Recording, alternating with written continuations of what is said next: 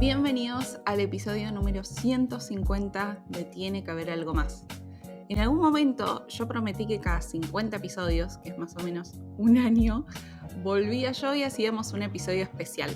Así que si vas y escuchás el episodio número 50, el histórico, es mi historia, que me entrevistó Agus Irureta.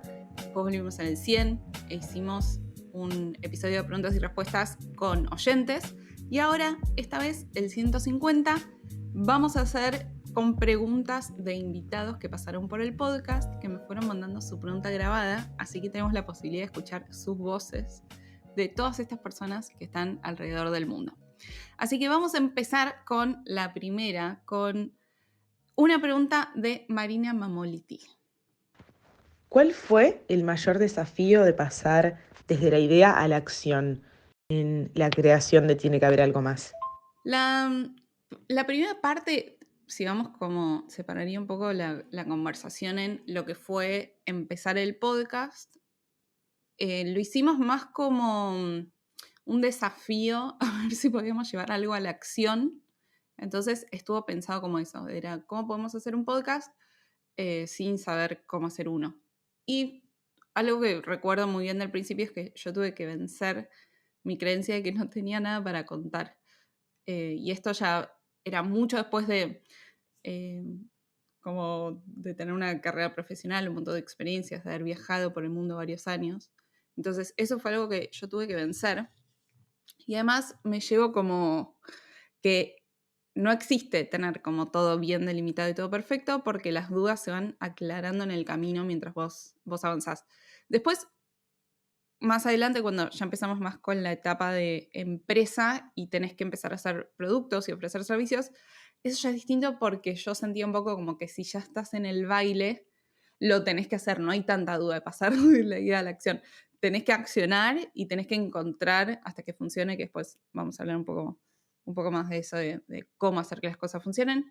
Pero siento que un poco lo que recuerdo que yo decía quizás hace un año era como, empezar es difícil porque creo que a la mayoría de las personas les cuesta como el inicio y arrancar, pero una vez que empezás, hacer lo que funcione es infinitamente más difícil. Entonces, ya no lo veo tan difícil la primera parte como si la segunda. Vamos entonces con la segunda pregunta de hoy de Santiago Magnín.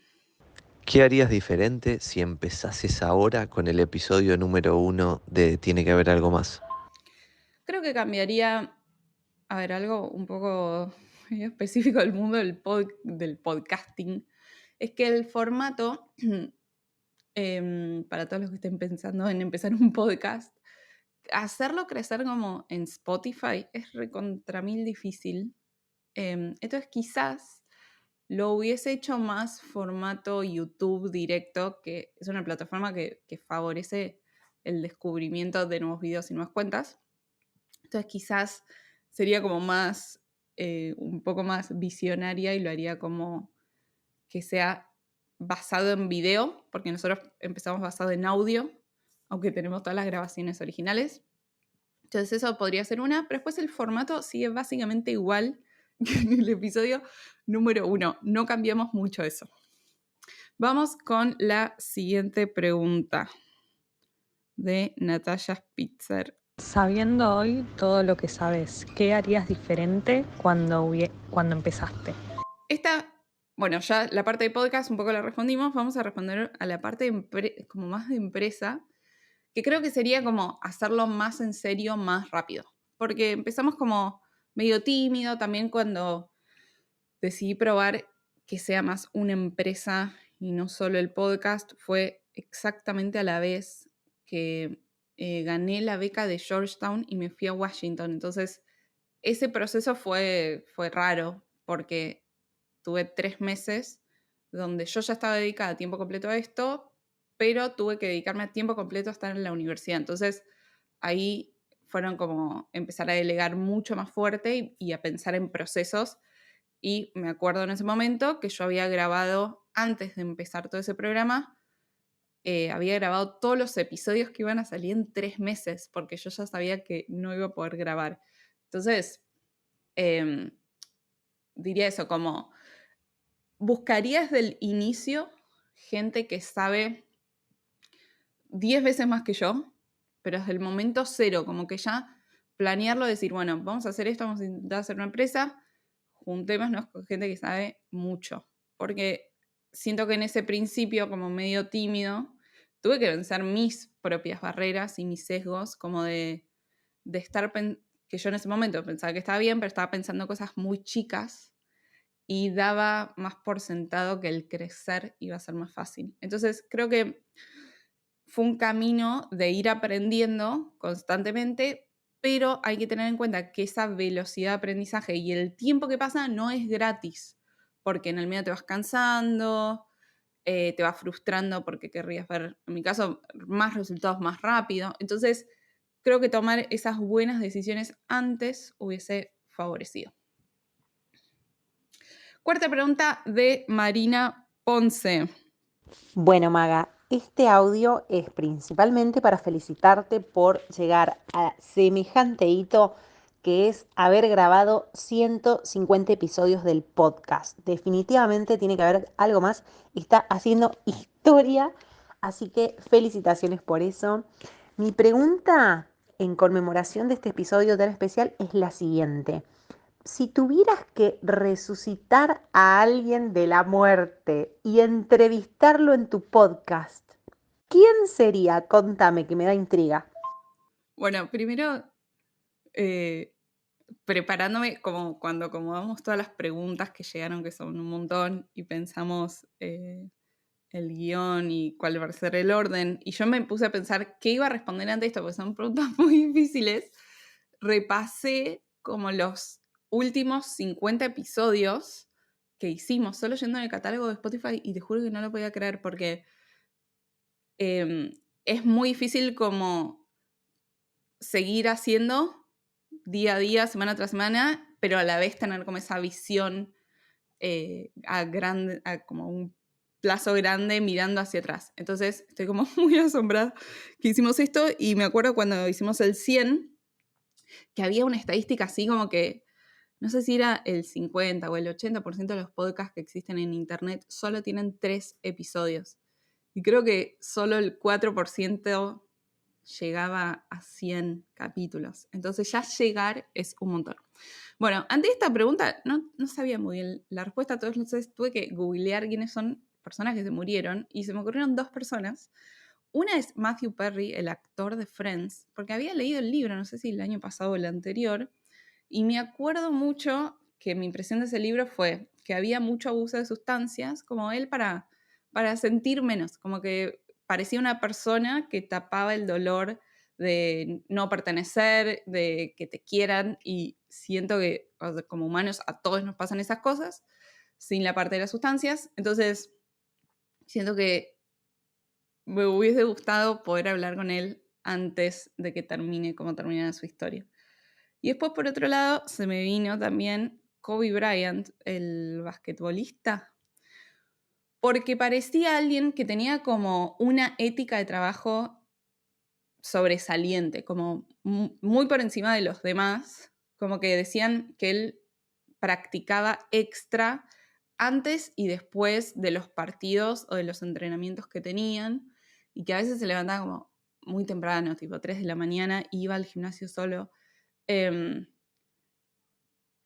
Y él, como encontré esta frase que decía como, si vos pones el trabajo, vas a conseguir los resultados, pero si querés como resultados increíbles, tenés que trabajar mucho más que los demás. Y eso es algo que, que nos olvidamos, ¿no? Lo digo por mí misma, como que a veces vemos a personas que les fue bien o hicieron algo bien y nos olvidamos o subestimamos el trabajo y el tiempo que llegó estar ahí, y los golpes en el camino. Vamos con pregunta 5 de Marina Mamoliti. ¿Qué consejo le darías a alguien que siente que tiene que haber algo más, pero no sabe por dónde empezar? Esta es una buena pregunta porque siento que a muchos nos pasa esto a lo largo de nuestras vidas o nuestras carreras profesionales. Y acá yo diría que una buena idea es tener un norte, un poco así como tenemos objetivos o sueños por cumplir. empezar a entender qué cosas no querés hacer o qué cosas ya hiciste que no querrías repetir necesariamente. Entonces, ahí vamos construyendo como una dirección hacia dónde tenés que ir acercándote. Como algo que a mí me sirvió es tener referencias de otras personas, como ver que otros hagan eso que yo quería hacer, o ver cómo era la realidad de alguien que lo hizo o lo estaba haciendo. Entonces a mí eso me servía, y el podcast siempre sirvió como un catálogo de vidas para que vos puedas ver cómo es, sin tener que invertir 10 años para hacer lo que la persona hizo, que puedas entrar como por la ventana y ver cómo es un poco su vida haciendo lo que eligieron. Entonces para mí tener referencias sirve, porque también quizás si sos como yo y ves a alguien que ya lo hizo, decís, bueno, si esa persona lo hizo, yo quizás también lo pueda hacer. Y después, algo que por lo general como funciona nuestro cerebro es que queremos tomar como decisiones binarias de dejo de hacer esto, entonces empiezo a emprender o cambio de trabajo y le doy un portazo.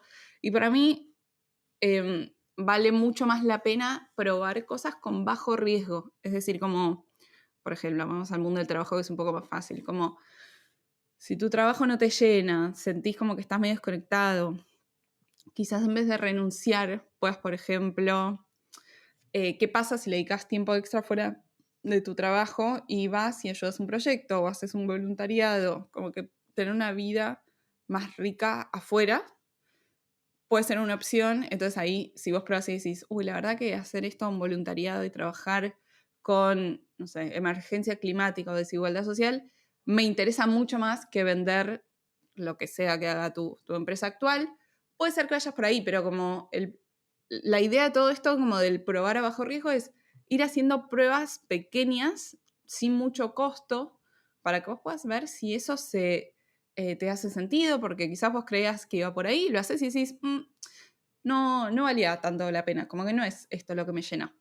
Entonces, no es tan importante tener todo claro desde el principio, como tipo a los 18 años decir, ya sé cuál es la carrera universitaria que voy a hacer y mi trabajo por los próximos 50 años. La gente cambia cada vez más y es normal, a todos nos pasa, y me gusta un poco pensar las carreras como de a bloques de a 5 o 10 años, decir como, por ejemplo, yo sé que ahora estoy en mis 5 o 10 años, ¿quién te dice?, de emprender con tiene que haber algo más. Y antes estuve en 5 años de trabajo remoto viajando por el mundo. Perfecto. Y después, los siguientes 10 años probablemente serán muy distintos a lo anterior y a esto. Entonces diría, demos pasos que nos acerquen a eso que nos gustaría hacer, y después vas a aprender el proceso, porque no sería muy improbable que le peguemos de una, que tengamos como sin hacerlo, que sepamos exactamente cómo va a ser y cómo nos va a ir. Entonces demos un paso y aprendamos el proceso. Vamos con pregunta número 6 de Juliana Rabi, que lo mandó desde un crucero que se está yendo a Japón. Lo mandó desde alta mar. Hola Maga, aquí es Juliana Rabi. La pregunta que te quería hacer es la siguiente. Mucha gente no sabe exactamente el tipo de trabajo remoto que puede hacer. Entonces, para los que están dudando en relación a eso, ¿no? ¿Qué tipo de trabajo plantearse? ¿Cuáles son las opciones? ¿Cuál sería tu sugerencia, tu recomendación para que gane un poco más de claridad en relación a eso? Gracias. Bien, en temas de trabajo remoto hay 3 opciones y nada más, que son o emprendés y armas tu propia empresa, o sos freelancer, profesional independiente, o trabajás para una empresa. En esas 3 hay distintas formas, pero son esos 3 grandes grupos.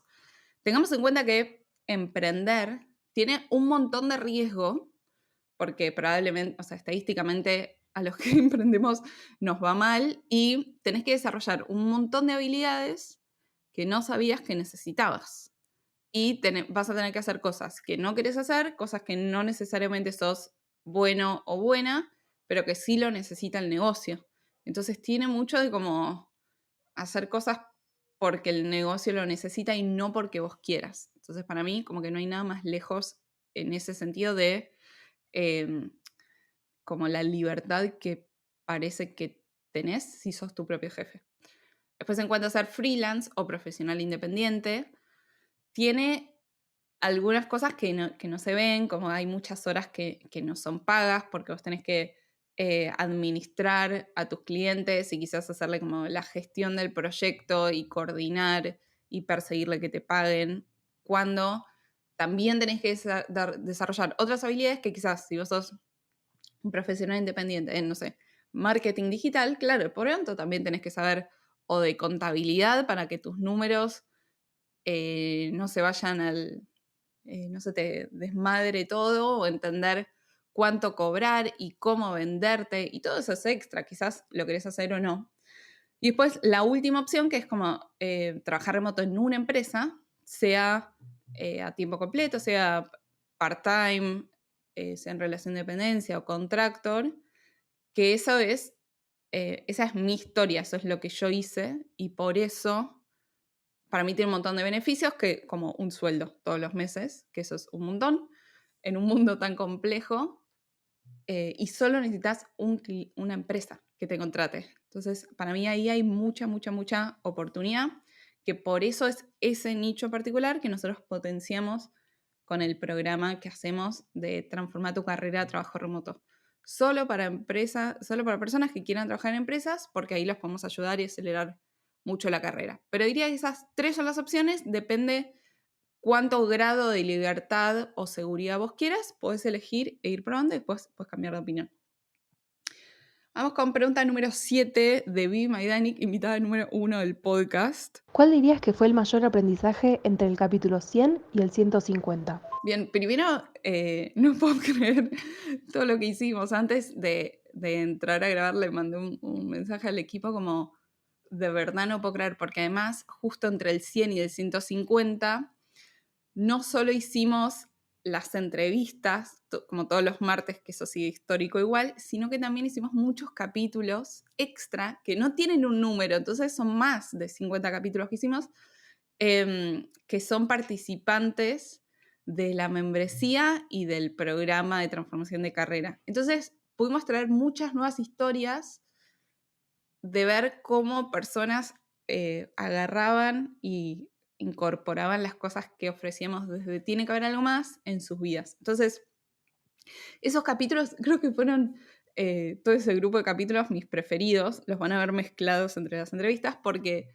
si no, siempre parece que cuando viene una figura inalcanzable se da como, uy, pero esa persona es muy profesional, muy buena, como yo no soy, como, no sé, Isela Constantini o Santiago Bilinkis, que son como más así, entre comillas, famosos y destacados. Entonces, me gustan esos capítulos porque son un poco más descontracturados y es como, y puedo ver el esfuerzo que nosotros hacemos para acercar a personas a que hagan más cosas.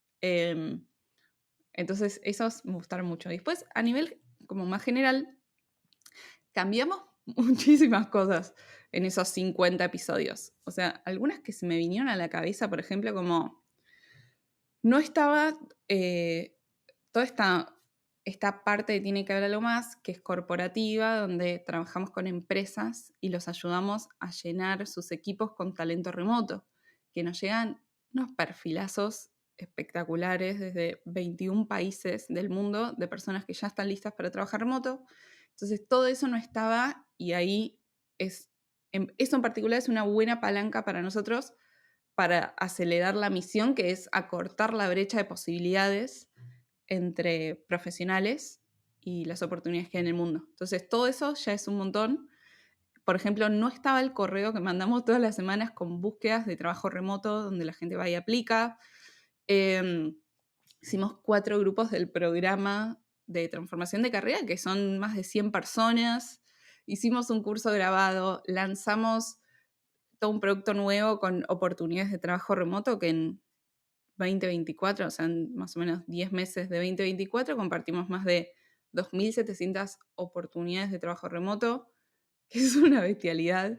Agrandamos equipo, hubo gente que rotó, hicimos una masterclass de presencia online, creció la audiencia un montón y empezó a pasar que la gente nos conoce por Instagram y no escucha el podcast. Eso también es nuevo, porque antes el podcast era como la puerta de entrada.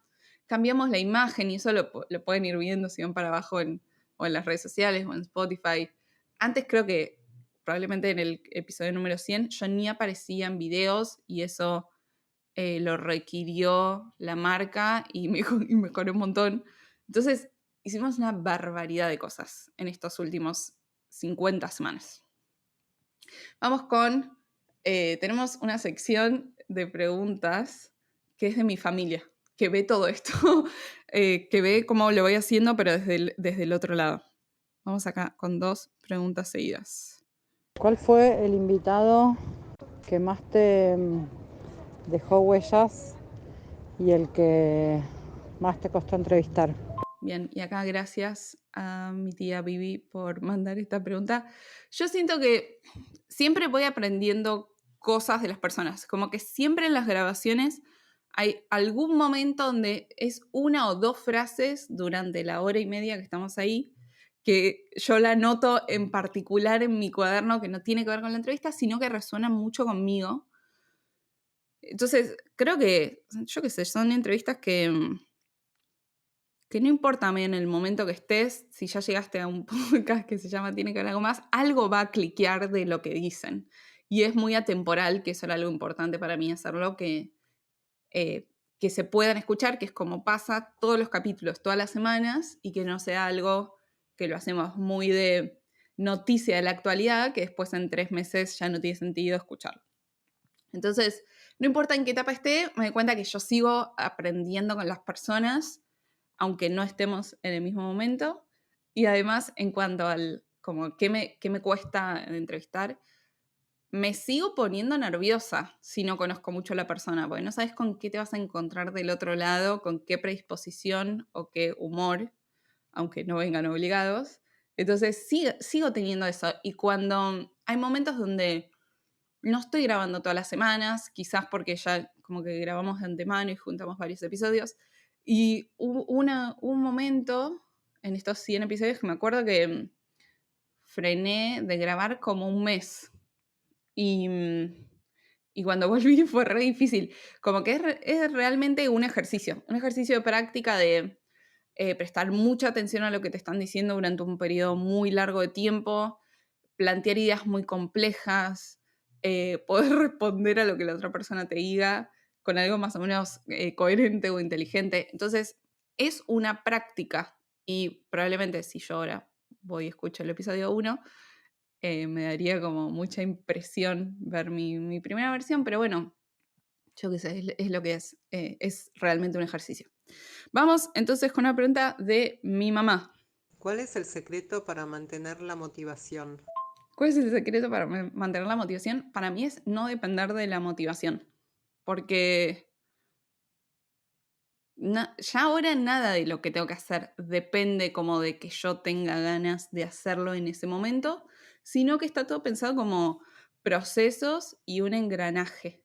Entonces es como, no sé, pienso con el podcast es muy claro porque tiene un montón de trabajo de preproducción y ni hablar después de producción, ¿no? Pero pienso como, yo tengo que cumplir con mi parte y no atrasar al resto de lo que tienen que hacer. Entonces, yo suelo ser como la primera y la última en la cadena, donde quizás o tengo que grabar el podcast, o tengo que grabar un video, no sé qué, y yo soy la que después, al final o tiempo después, analiza cómo le fue o a ese formato o a ese, no sé, a esa prueba o ese capítulo en particular, y después volvemos a tomar decisiones sobre eso. Entonces diría como, no es que, o sea, muchas cosas las hago igual que ya están en mi calendario, entonces no es que puedo decir como, uy, hoy tengo ganas de grabar el podcast. No, ya está agendado hace un montón y tengo que hacer mi mejor trabajo para llegar lo más preparada que puedo a ese momento y seguir con lo que viene en la semana. Vamos con la pregunta número 10 de Natalia Spitzer. ¿Cómo hiciste para poder armar un sistema para deliver un podcast todas las semanas? Que es algo increíble, como esa obsesión por no fallar y por cumplir. ¿Cómo hiciste para hacerlo suceder? ¿Alguna rutina, algún orden, procesos? Bueno, tenemos un montón de procesos en el podcast y hay cosas que siguen muy parecidas desde hace muchas semanas. Como para mí, la más importante es hacer las cosas con tiempo, porque no, en particular, yo no soy una persona que bajo presión, hay algunos que bajo presión, que tenés un examen o una fecha límite, no sé qué, con esa presión le sale como su mejor trabajo y su mejor versión. Yo no funciono así, entonces a mí me sirve hacer las cosas sin esa urgencia, como que llega la fecha límite y sentir como eso en el cuello. Entonces ese es como un poco el lema de cómo lo hacemos. Y después es realmente todo un proceso y un embudo.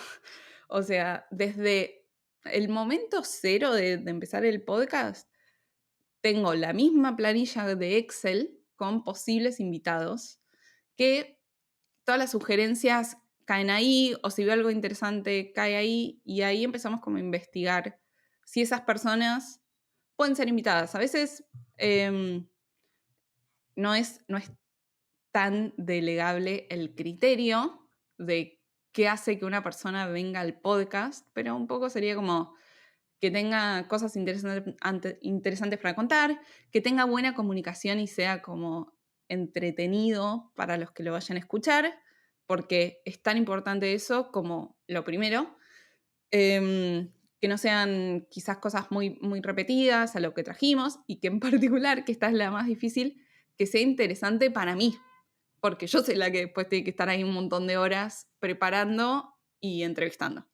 Entonces, por eso un poco la vara va subiendo a medida de que vamos avanzando y claramente cuando escucho tantas historias y tantas cosas, es más difícil que aparezcan cosas distintas. Pero bueno, eso es lo que estamos haciendo, como que esa planilla de Excel sigue siendo el mismo archivo desde el momento cero. Y después como procesos de invitar, no es que invitamos de a una persona, hay veces, esto yo lo hacía antes, que era como tengo un momento de la semana para invitar, como investigar a personas e invitar, entonces quizás mando 10 invitaciones juntas y el punto es que pasen al siguiente paso, que es agendar y que eso esté en mi calendario, no importa cuándo, no importa si es esta semana o en 3 meses, pero que esté en el calendario. Y después, cuando vas haciendo eso durante mucho tiempo, va generando una velocidad que si vos tenés cosas ya grabadas, lo que nos permite es que cuando las personas tienen que cancelar, que eso pasa un montón porque apuntamos cada vez a invitados más ocupados, si alguien te cancela en el momento, no te desordena todo lo otro, porque vos tenés como ese buffer de cosas ya listas o en proceso y no entramos todos en pánico. Entonces, mi trabajo un poco llega hasta pasar todos los archivos juntos de la grabación, que son un montón de partes, ordenados y a tiempo, y por lo general nunca corremos a último minuto por nada, porque después viene Iván y es el proceso de edición, y después viene Flor y revisa todo hasta la publicación y le avisamos a las personas con mucho tiempo. Entonces, lleva mucho tiempo de planificación hacer cada episodio. Después lo que sí empezó a pasar es que un momento donde yo estaba haciendo muchas cosas, entonces la primera parte del proceso no se movía tan rápido, entonces yo era un cuello de botella. Con lo cual nos atrasábamos en las grabaciones y comíamos los episodios que ya teníamos grabado, pero yo no estaba grabando, entonces ahí se te desordena la máquina. Entonces, como eso me estaba costando mucho como el investigar, invitar, agendar, entró Pía, por suerte, a darme una mano con todo eso, entonces ahora no soy solo yo la primera parte del proceso y vamos un poco más ágil. Entonces sí, hay 1.000.000 de piezas. Ya acá mencioné que somos 4 en todo el proceso y probablemente se vuelva cada vez más complejo. Pero algo que sí me sirvió a mí es mantenerlo como sencillito el formato. Es decir, aunque yo ahora no esté viajando, no es que pasamos a grabarlo en un estudio físico donde hay que coordinar con la persona que esté en la misma ciudad y pagar un montón de super cámaras y todo un equipo extra de producción, sino que es como, bueno, siempre grabamos virtual porque da la flexibilidad de poder hacerlo, hacemos lo mejor que podemos, no es que yo tengo una super, no es que yo tengo un estudio en mi casa, como que bueno, ven siempre el sillón que está atrás mío y ese es mi sillón. Entonces, hacer las cosas con la menor fricción posible es lo que te permite seguir haciéndolas, y eso siempre lo tuve muy en cuenta, que es como todo el tiempo que yo estuve de viaje, me llevaba solo el micrófono y grababa como podía, me ponía como en el, si estaba en un departamento o en un hotel, como en el único mejor ángulo posible para que se viese más o menos de fondo algo potable y grabarlo igual. Y todo eso ya es mejor que no exista. Vamos con la pregunta número 11 de Marina Mamoliti. ¿Hubo alguna decisión que haya sido arriesgada, que lo mirás hoy para atrás y decís, tomé bastante riesgo acá, pero que creas que fue clave para el éxito de Tiene que haber algo más? Bien, decisiones arriesgadas. Creo que no hubo mucho riesgo. Lo que más pienso es que yo empecé ya la parte empresa, como en el estadio de empresa, empecé a tiempo completo a dedicarme a esto, a construir de la nada. O sea, eso es arriesgado, pero a la vez yo decía, no tengo nada para perder, porque si pasa 6 meses, 1 año, 2, 5, vuelvo a una empresa, vuelvo a la corporación y voy a hacer un recurso más valioso por haber pasado por toda esta experiencia donde yo tuve que desarrollar no sé si miles, pero decenas de nuevas habilidades y proyectos y experiencias que eso me hace mejor para volver a la corporación. Todo esto, igual lo digo claramente desde la planificación de mi planificación financiera, de que yo decía, puedo sostener mis costos, por eso también dejé de viajar y me quedé más fija, no solo por la plata, sino también por el foco y la energía que requiere. Y que bueno, no hay, o sea, ¿qué es lo peor que puede pasar? Y bueno, que no funcione y perdí, ni siquiera que perdí porque eso se capitaliza, perdí tiempo, ponele que plata, pero no mucho más. Entonces no le veo tan arriesgado. Pero bueno, son cosas que yo puedo decidir ahora sin tener costos fijos gigantes como si fuese una familia, hijos, etcétera, etcétera. Quizás todo esto mismo sería mucho más arriesgado cuando yo tenga, no sé, 50, que ahora, cuando no tengo mucho para perder. Así que eso. Vamos con pregunta número 12 de Valentín Muró. Hola Maga, felicitaciones por los 150 episodios. Mi pregunta es, ahora que pasaron tantos episodios y obviamente aprendiste nuevas cosas, pensaste nuevas cosas, ¿te dan ganas de volver a hablar con alguien a quien ahora le harías, por ejemplo, nuevas preguntas con las cosas que sabes? Como repetir una entrevista pero cambiando algunas preguntas. 100%, o sea, si los entrevistase a todos de nuevo, lo haría 1000 veces mejor, porque yo tuve muchas oportunidades de mejora. Entonces sí, pero no tiene mucho sentido volver a hacer todo lo mismo incrementalmente mejor. Como yo pienso los capítulos de podcast en cuanto a mi performance, es que yo siento que tengo oportunidades infinitas para ir mejorando. Es como que cada grabación hago lo mejor que puedo y después paso a la siguiente, y la siguiente probablemente me salga mejor porque yo tuve más como un piloto que necesita horas de vuelo para tener su licencia. Esto es algo parecido, que es que con más tiempo tengo más práctica y puedo hacer mejores cosas. Entonces no me quedo muy enganchada con algo en particular de una grabación anterior porque lo veo más así. Si bien la persona claramente va a ser otra, tengo una nueva chance la semana que viene o esa misma semana de hacerlo mejor en cuanto a mi performance. Y van viendo que entre el capítulo 100 y 150 se volvieron a repetir nombres porque volví a invitar a personas para hacer algunas conversaciones más a modo debate y menos tipo entrevista. Entonces seguro que vieron que hay algunas personas que tenemos como doble capítulo, tipo Pau Cardenau, Ale Marcote, Eli Brachiaforte, Marina Díaz Ibarra, donde hay un capítulo muy al principio, que quizás es de hace 2 años o 1 año, que es más de la historia, y después volvieron y debatimos algo muy específico como un tema. Así que ojalá que pueda seguir haciendo eso porque a veces a la persona le podemos sacar muchas más ideas, no solo con una entrevista. Vamos, pregunta número 13 de Maru Mamoliti. ¿Cómo crees que influye tu historia en los valores y en la filosofía de Tiene que haber algo más? Influye un montón ambas cosas, porque primero los primeros valores de Tiene que haber algo más, que no es que fueron escritos en un documento y pegados en una pared, sino que era la forma en la que hacíamos las cosas, tenía mucho que ver con mis valores, como, no sé, si me viene a la cabeza, por ejemplo, mejora continua y transparencia en la toma de decisiones. Eso es como soy yo, entonces se transmite a Tiene que haber algo más, y hay algunos que son como los que yo quería o los que hubiese estado bueno como practicar. Entonces, otro podría ser como avanzar igual todas las semanas, aunque no esté todo perfecto. Entonces, ahí es algo que ponemos en práctica, más como más de deseo que de realidad ahora.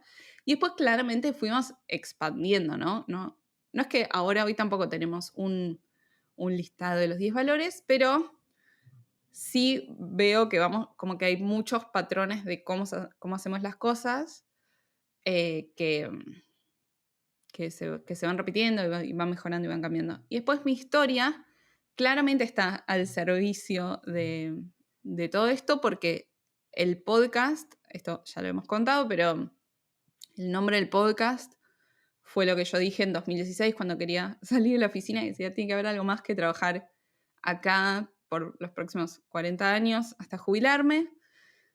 Y toda la pata de mi historia de trabajar remoto para una empresa, ir ascendiendo, cambiar de compañía, negociar el sueldo, conseguir oportunidades, es como un poco la piedra fundacional para todo el programa Transforma tu carrera de trabajo remoto, que es todo lo que yo hice, pero potenciado al millón con todo lo que yo investigué, todo lo que sigo investigando y lo que veo que pasa en la industria, todo eso aplicado a un montón de contenido. Entonces, sí son dos cosas que vienen muy de la mano. Pero una buena decisión que tomamos desde el momento cero era que Tiene que haber algo más, es una marca, no soy yo. Y ojalá que cada vez se despegue más de eso. Por ejemplo, un cambio, algo que fue muy clave, era que obviamente al principio se va a asociar como Magalí con Tiene que haber algo más y como que es una sola cosa. Pero Tiene que haber algo más, se volvió cada vez más de desarrollo de carrera y más como corporativo, por así decirlo. Y al principio se asociaba mucho con el nomadismo digital y los viajes. Y eso era más una decisión que yo tomaba, una decisión personal y no algo que impulsábamos desde la marca. Y eso cada vez lo estamos separando más porque le hace sentido. Entonces, ahí tenemos otra cosa que influyó, pero que vamos separando. Vamos con la pregunta número 14 de Vivi Maidanik. ¿Hay algún tema que hayas hablado con un invitado en los últimos 50 capítulos que te haya quedado en la cabeza? ¿Y por qué? Bien, justo repasando los capítulos, porque me olvido las cosas que vamos haciendo, justo encontré algo interesante, que es que en estos 50 capítulos trajimos 3 historias de cierres de empresas, que son el capítulo de Manu Malvesi, el de Manuel Oliva y el de Matías Tini, que son justo 3 historias de emprendedores que fundieron o que decidieron cerrar sus emprendimientos después de varios años. Y me gustan esas en particular porque, primero, que no se suele contar esto, ¿no? Siempre mostramos la foto y el éxito, entonces ver toda esta historia y cómo es el proceso es algo invaluable, porque además podemos ver una experiencia como de atrás para adelante que te puede ahorrar muchísimos años y muchísima plata si vos lo escuchas a alguno de ellos 3 y decís, bueno, a él le pasó esta situación en particular o cometieron este error y vos te puedes anticipar a eso, como es básicamente como leer un libro cuando aprendes de otra persona. Es algo parecido, pero contado en primera persona y como en orden cronológico. Además, justo los agarré a los 3 con las historias muy recientes. Como que después de que anunciaron los cierres, los traje muy rápido, entonces están muy frescas esos relatos, que si no después, si van más escritos en un libro o lo que sea, en un posteo de Instagram o de LinkedIn, va más editado de lo que yo te puedo sacar en vivo. Entonces, esos me gustan mucho y me encantaría encontrar otros patrones así de historias que nos aceleren las experiencias. Todavía no lo tengo muy claro, pero ya va a ir apareciendo. Bien, vamos con la pregunta número 15 de Agos Trovato. Me gustaría preguntarte sobre el equipo.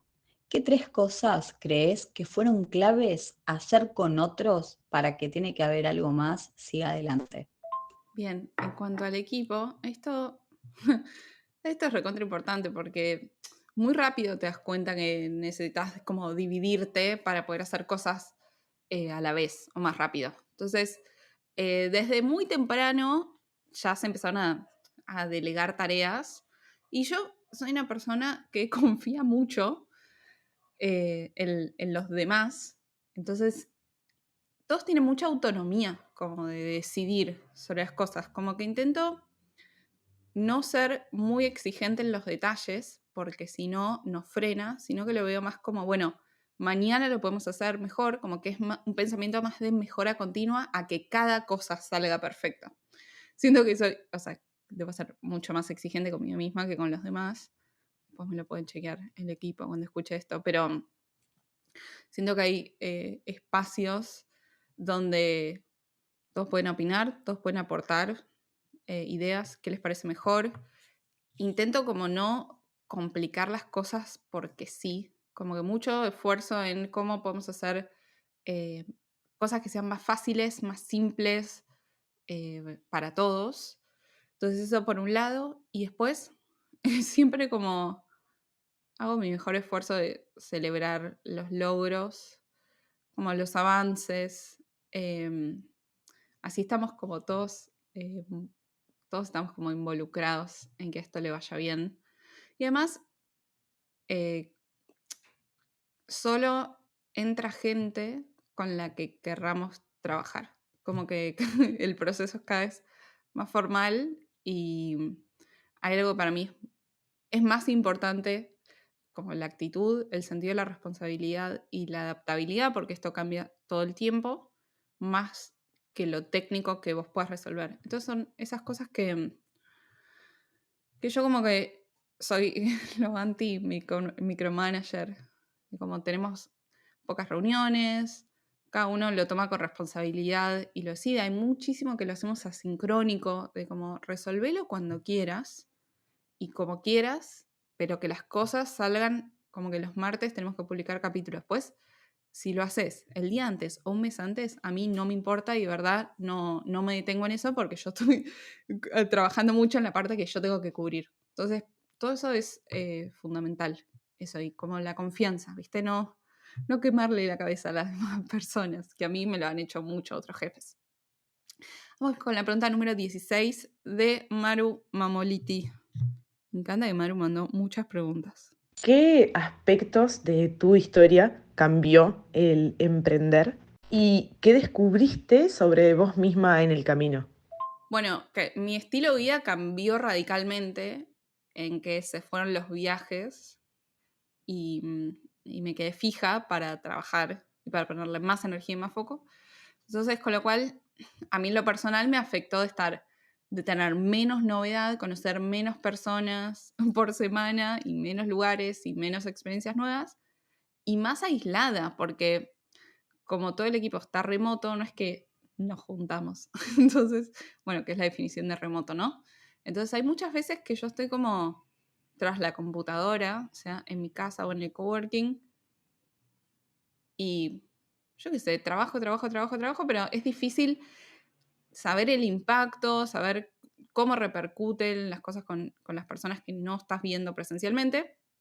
Entonces, por eso me sigo asombrando cada vez que llega como un comentario del podcast del episodio 1, o que alguien dice, escuché esto, entonces me animé a hacer otra cosa. Me sigo asombrando porque, claro, para mí mi realidad es muy distinta, que es que yo estoy como sola, encerrada, trabajando, haciendo una cosa tras otra, entonces no es que todo el tiempo ves el impacto. También veo que por la presión, primero que tengo más resistencia a los golpes, como que piel más dura a hacer cosas fuera de la zona de confort, cosas incómodas, ir en vivo y tener que convencer a no sé quién, que eso te lo va dando, bueno, el recorrido. Y veo que ahora tengo mucha más oportunidad que en todas mis experiencias anteriores de hacer cosas que sean como que muevan la aguja en la empresa, de hacer cosas valiosas. Porque en mis trabajos anteriores, trabajos normales, como de oficina, digámosle, siento que trabajaba mucho menos en cosas que traigan resultados directos o cosas valiosas, porque por lo general se tiene muchas reuniones y hay mucha política entre departamentos o entre personas, y hay mucho tiempo que te la pasás como convenciendo a otros para hacer cosas, o cosas que simplemente no tienen sentido porque alguien más arriba que vos lo decidió. Y no es muy eficiente. Entonces siento que todo ese tiempo que yo gastaba, que a mí en particular me trae mucha frustración, a mí me metes en reuniones todo el día y me pongo mal, me lo ahorro, y toda esa energía está capitalizada en hacer y mejorar y todo lo que ya charlamos antes. Entonces es como saqué lo entre comillas malo, y todo el foco está en como avanzar. Entonces yo me doy cuenta que claramente trabajo mucho más que antes, que estaba como empleada. Porque bueno, es así, hay que hacerlo funcionar. Vamos con la pregunta número 17, Marina Díaz Ibarra. Maga pregunta, empezaste, tiene que haber algo más, pasaron unos cuantos años ya, pero pensando en el futuro de tiene que haber algo más, ¿cuál es el legado que vos quisieras que esta plataforma deje? Que cuando las personas que pasaron por esta plataforma, la gente que entrevistaste, los podcasters, miren para atrás y digan, esto es el impacto que tuvo Maga y tiene que haber algo más en el mundo. ¿Cuál es? Creo que el legado viene asociado a que más personas primero se animen a hacer cosas, porque ya pasar por la experiencia de hacer algo, aunque salga mal, o en fracases o lo que sea, o que vos consideres que salga mal, ya es valioso de por sí. Va a estar mucho más adelante, digámosle, que alguien que solo se quedó en su casa criticando al resto o mirándolo desde afuera. En específico, en el mundo de todo lo que hacemos para trabajo remoto, está directamente atado con la misión, que esto siempre fue igual. Esto viene muy de definir como el para qué lo haces, y el cómo lo haces o el qué haces va cambiando. Entonces para nosotros sigue siendo como hacer un puente entre los profesionales hispanos, y que haya más oportunidades, que haya mejores trabajos, que les vaya mejor, en particular, que tiene que haber algo más, pueda cada vez más dar más trabajo a profesionales talentosos y que se sumen en un ambiente cálido, donde se puedan desarrollar y tengan espacio para probar cosas nuevas. Entonces, todo eso sigue siendo muy parecido, y un poco los cambios son encontrar cuál es la mejor forma de hacer eso. Así que sí, ojalá que o sea, el podcast va a seguir existiendo, aunque supongamos hipotéticamente que decidamos no grabar más, que igual yo le dije al equipo que quería llegar al capítulo 1000, vamos a ver cómo nos va con eso, solo nos faltan 850. Aunque no grabemos más, todo esto sigue existiendo, y como se sigue escuchando, hay gente que se va a seguir animando, porque yo sé que no se escuchan todos los capítulos, pues es un montón de horas, pero que las personas se animen a hacer algo diferente porque vieron que había un referente que lo podía hacer. Vamos, 18, con la pregunta de Tito. Felicitaciones por el capítulo 150. Bueno, te quería preguntar ¿Qué fue lo que más aprendiste de todos los pivots que fuiste haciendo durante este último año? Pasaste por un montón de cosas y estaría bueno tu conocimiento concentrado.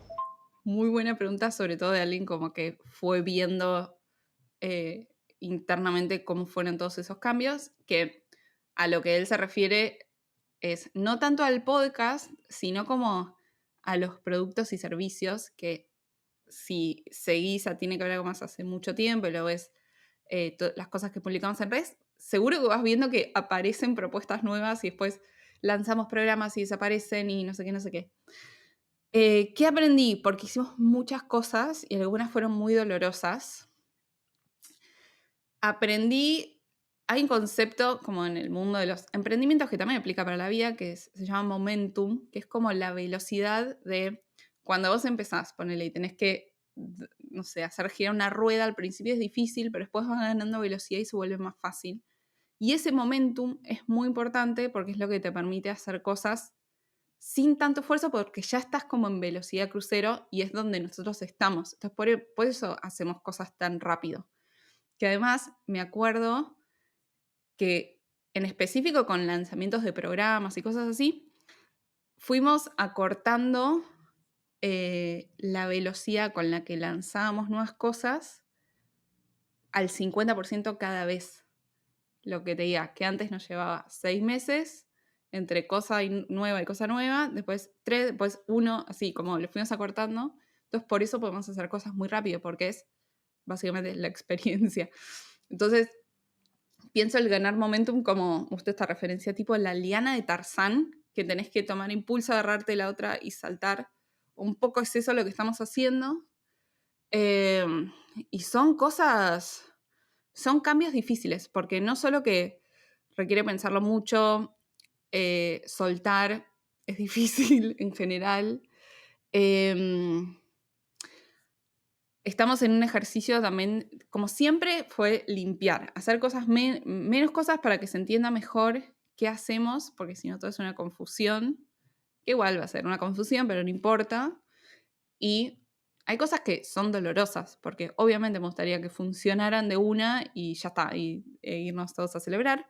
Una de ellas fue a mitad de año del 2024, decidir cerrar la membresía, que la tuvimos 1 año y medio, donde estuve con ellos todas las semanas en vivo. 1 año y medio, pasaron 150 personas, donde fue un duelo interno y colectivo, y cerramos, hicimos una última presentación como con los grandes éxitos, donde yo armé una presentación de, no sé, 100 diapositivas con todas las cosas buenas que pasaron, que ellos se animaron a hacer, que trajimos invitados del podcast a charlar con ellos en privado, hicimos podcast colaborativos donde ellos mandaron las preguntas, hicimos desafíos, lanzaron proyectos, ganaron becas, todo eso, por suerte tenemos esos episodios en el podcast donde podemos rememorar todo eso, pero sí fue para mí fue un golpe como aceptar que estaba costando escalar y que también viene, no es que estaba mal, sino que mi ambición es mucho más grande. Entonces, para poder armar una compañía robusta, sólida, que trabaja mucha gente, necesitamos hacer cosas que funcionen mucho más. Entonces, parte de eso es soltar un poco lo que no funciona al nivel que me imagino, para poder hacer cosas que funcionen mucho más. Entonces, bueno, es cansador. Tuve muchos, y esto lo hablé con un montón de amigos y con mi familia, un montón de veces como domingo a la noche, mirando a la nada, diciendo cómo voy a solucionar esto el lunes. Entonces es complejo, no voy a decir que es algo re divertido que pase, pero es parte, nadie la pega así como de una, nadie pasa que haces algo y funciona de la nada. Vamos con pregunta número 19 de mi hermana. ¿Cómo haces para aprender de lo que hiciste e iterarlo tan rápido para poder sacar nuevos productos o darle un enfoque nuevo al proyecto? Está bueno porque está muy relacionado a la pregunta anterior. Primero, haber diseñado un paraguas de Tiene que Haber Algo Más que sea flexible, porque no es que yo dije, somos una empresa para nómades digitales que comen vegano y que viajan a Croacia. sino que fue algo flexible que como la misión estuvo tan clara y el impacto social también, te permite ir cambiando cómo haces eso. Entonces, eso es algo muy, muy importante. La realidad es que claramente es que soy una obsesiva, porque soy una obsesiva de los números y del análisis. Es parte de mi personalidad y de las cosas que a mí me salen bien, evidentemente, porque lo hago todo el tiempo. Entendamos que yo estoy pensando en esto la mayor parte del tiempo que estoy despierta. Entonces, para mí tiene una responsabilidad muy grande de cómo hacerlo funcionar, porque, bueno, yo soy la que después le paga a todas las personas que colaboran con este proyecto. Entonces, cuando estás en el medio, es buscar cómo hacer que funcione a toda costa. Algo que siempre hacemos y está como embebido en la cultura de trabajo que tenemos es mucha retrospectiva. O sea, cada vez que hacemos algo distinto, nuevo, queda anotado en un documento como a modo de resumen que después yo pueda en 3 meses volver y leerlo y por lo menos como llevarme algunos puntos, porque hacemos tantas cosas, son miles de detalles que yo ni me acuerdo qué hice la semana pasada. O sea, mirá si voy a retener cómo performó un lanzamiento con una campaña. Tenemos 150 canales, sale contenido para todos lados. Entonces, mucho foco en analizar cómo fue, y esto es la versión fácil, es decir, qué hicimos bien, qué podemos hacer mejor la próxima, porque no salió tan bien. Anotar algunas cosas que eran como de contexto o decisiones claves que tuvimos en el proceso o insights, alguna como conclusión que nos dimos cuenta en el medio y prestar mucha atención. Es eso. Y después, bueno, a mí me encanta el Excel y poder mostrarles las tendencias. Por ejemplo, esto lo sigo haciendo trimestre tras trimestre, que es que tenemos un dashboard, cada inicio de trimestre pongo los objetivos, lo debatimos con el equipo, si estamos bien y yo no estoy diciendo algo, una inconsciencia donde creo que vamos a poder hacer 1.000.000 de cosas en tiempo que no vamos a poder. Una vez que nos ponemos de acuerdo en eso, que es un OKR, la metodología de Google, armo una planilla nueva para ese trimestre donde tiene, en todas las columnas son las semanas que tenemos durante ese trimestre y todas las filas son las métricas y los objetivos. O sea, el objetivo con cada una de las métricas que vamos a mover y cada métrica tiene en qué porcentaje se va a mover. Entonces yo todas las semanas voy completando cómo performó eso en ese canal en esa semana. Que bueno, ya a mí me sale fácil y ya lo tengo muy entrenado, pero eso lo que me permite ver es cómo venimos durante el trimestre. Después me lleva, ¿cuánto? No sé, 15 minutos, media hora actualizarlo semana a semana, pero como ya hice ese como primer esfuerzo, puedo ir viendo, por ejemplo, cómo va cambiando la audiencia del podcast semana a semana. Entonces, si nosotros queremos mejorar X porcentaje en un canal, yo ya voy viendo la tendencia. Entonces, después nos queda como a modo semáforo, cosas pintadas de verde porque performó súper bien, cosas en rojo. Y justo, bueno, este trimestre, el Q3 de 2024, tuvimos muchísimas cosas en verde que en Q2 de 2024 tuvimos muchas cosas en rojo. Entonces no es normal que siempre vaya todo bien. Y cuando las cosas salen mal, o sea, cuando vos ves que la tendencia va, no va creciendo o va decreciendo y no está como a la altura que vos querés, ahí es cuando decís, ¿qué tenemos que hacer distinto? ¿Qué estamos haciendo que no está saliendo bien o qué cosas todavía no hicimos y hay que probar? Y eso también lo hacemos mucho, pero esta es la forma que suena un montón, no lleva tanto tiempo, pero sí lleva esfuerzo hacerlo. Entonces yo ahora puedo volver y puedo ver el histórico de cómo nos fue trimestre a trimestre y además me encanta hacer las presentaciones de, por ejemplo, les mando al equipo como los mejores contenidos que hicimos por canal en todo el trimestre. Entonces, queda una presentación y podemos ver los patrones, tipo, acá hicimos un montón de cosas que se veía de esta forma y funcionó espectacular. Bueno, hay que hacer más de eso y menos de lo otro. Y así vamos iterando trimestre a trimestre. Y puedo ver toda la tendencia. O sea, no hace falta que tengan como este nivel de números, como tengo yo, pero sin números no sabes a dónde estás yendo. ¿No? Y no sabes si vas, si creces, si no. Entonces hay que tener por lo menos lo básico como panel de control. Bueno, vamos con última pregunta número 20 o sea, la última de Maru Mamoliti, pregunta número 20. ¿Hay algún mito sobre emprender que te gustaría desmentir? Sí, son algunas cosas que no las voy a decir yo por primera vez, pero cuando te dicen que emprender es difícil, es mucho más difícil de lo que parece. Porque hay un montón de momentos que yo sentía que venía, entre comillas, con ventaja porque ya había pasado por un montón de empresas, ya sabía un montón de cosas. Elegí que el modelo de negocio tenga mucho que ver con las cosas que yo sé hacer bien y sin embargo es dificilísimo. No es que emprender es el trabajo ideal donde todos los días estás contento porque es imposible, porque te exige hacer cosas que no necesariamente quieras hacer, porque en mi caso hay mucho que está delegado, que hacen el equipo, entonces yo tengo que seguir haciendo las cosas que son difíciles, que no puedo delegar, o que hay que hacerlo de 0 a 1 y no está muy claro cómo hacerlo o qué conviene hacer. Entonces, sí siguen habiendo como momentos domingo a la noche de pesadez, ¿no? Es decir, como, bueno, mañana me espera esto. Tuve momentos donde, primero que es recontra mil importante de rodearte de personas que sepan que ya hayan pasado por esto y poder hablar 100% con la verdad y nada de aparentar. Tuve momentos de preguntarle a amigos como, che, me estoy sintiendo mal, no sé si soy yo el problema o si es algo esperable a emprender. Y eso para mí era re importante, decir como, no, te estás yendo como de lo esperable y quizás terminás en una depresión versus estás dentro de lo esperado, que pase, esto es normal y es más difícil de lo que pensás.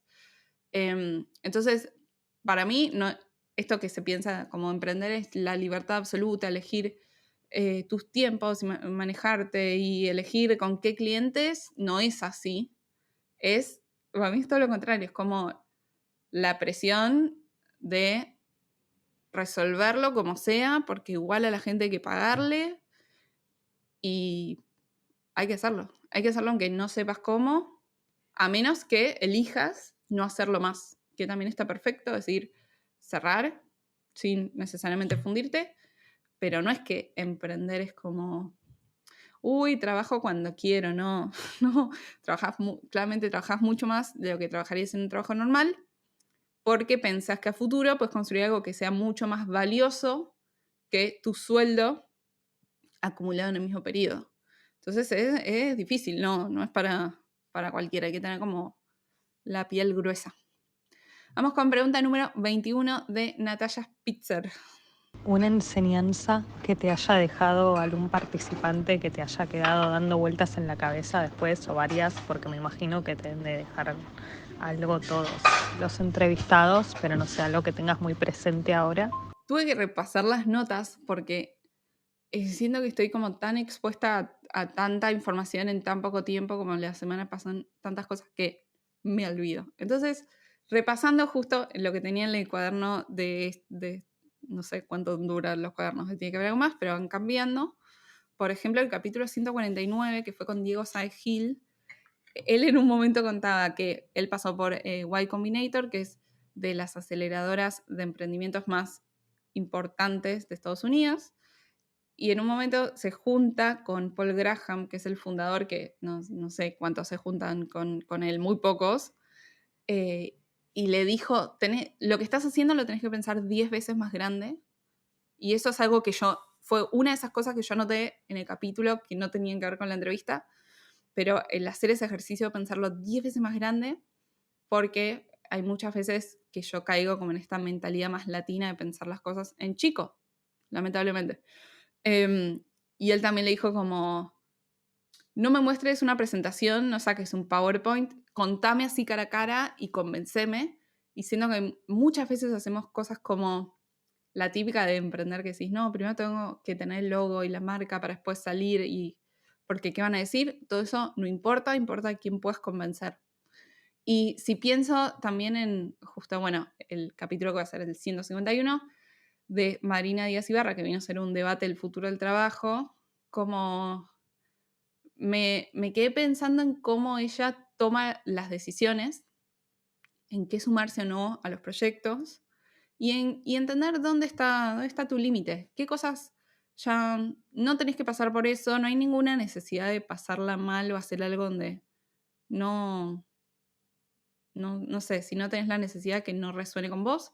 Entonces, bajarse de oportunidades también es algo que me quedé pensando. Vamos entonces con la última pregunta del capítulo de hoy de Marina Guastavino, que es el episodio histórico número 3. Y con esto cerramos la pregunta número 22. Bueno, mi pregunta tiene dos partes. La primera es, ¿qué le dirías a la maga del principio, empezando este proyecto, de en dónde enfocarse, a qué cosa no tenerle miedo? Básicamente, si le pudieras dar un mensaje a esa maga, ¿qué le dirías? Y la segunda parte es, a la maga dentro de 2 años, ¿qué le dirías? ¿Qué objetivo te gustaría que logre? ¿Qué aprendizaje te gustaría que tenga? Nada, eso, pasado y futuro. Bien, y en estas dos partes, a ver, me pensé algunas cosas, como, ¿qué le diría a la del principio? Como que hay que acelerar con lo que sí funciona y sacar lo que no tanto, como que sin tanta duda. Que los retos y los desafíos y los momentos malos solo van a ser, como te van a preparar para lo próximo que venga, que va a ser más grande. Un poco a cada 2 años, como deseo haber podido encontrar un poco mejor el balance entre el descanso y el trabajo, porque ahora hay mucho más trabajo que descanso. Eso me gustaría cambiarlo para el capítulo 200. Y haber pasado como los momentos que quizás internamente se sienten más de duda y que afuera se ve mucho más consolidado o como si ya estuviese todo como súper pensado. Así que vamos con eso. Gracias por haber escuchado todo este capítulo. Después, si lo escuchás, mandá un mensaje, contame qué te pareció, si hay algo que estés en acuerdo o desacuerdo con todo esto que ya hemos hablado. Y ojalá que para el capítulo 200 vuelva yo con otro formato, sea este u otro. Y puedo decir que el avance fue brutal, así como puedo contar del 100 al 150. Así que gracias y nos vemos el martes que viene.